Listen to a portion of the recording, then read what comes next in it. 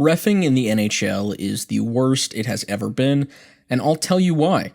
Nobody actually knows what the rules are. And I know you're thinking, hey, that's ridiculous. These are professional hockey players. Of course they know what the rules are. But let me tell you some things before you say that. A lot of these guys come from leagues like the NCAA or the CHL or the USHL. And these leagues have their own rule books that differ from the NHL official rule system. So by the time they actually get to the NHL, they have played with 2 or 3 different rule books at minimum. And of course, now you're probably saying, well, the hockey rules are pretty much the same everywhere. There are just little details that differ in the rules. And yeah, of course, that's true.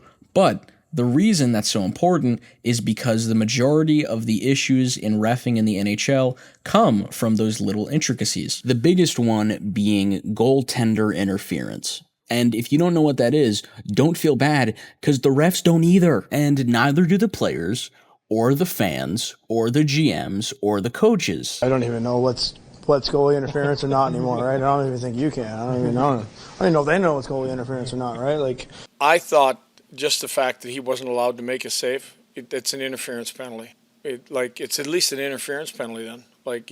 He knocked his hand down, that's where the puck was going.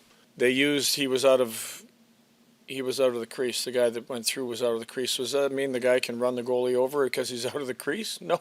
I would be willing to bet that if you showed videos to the guys who made the rule of goaltender interference examples, they would not be able to correctly recall what is goaltender interference and what is not. I'm sorry, I'm rewatching this video and editing it, and I cannot believe that this was not called a goaltender interference. Tuukka Rask literally has a guy get pushed into him by the opposing team's player, then he cannot reset himself in time to save it, and they review it and they don't call it. This is what I mean when I say none of this makes sense. And if you're a hockey fan who has been watching in the last decade, you know how bad it's getting because you have firsthand experience of watching a game with an absolutely ridiculous call that makes no sense to you or anyone else who's watching the game. As a matter of fact, everyone do me a favor and comment the absolute worst thing that you have seen regarding this rule so that other people can understand just how bad it's getting.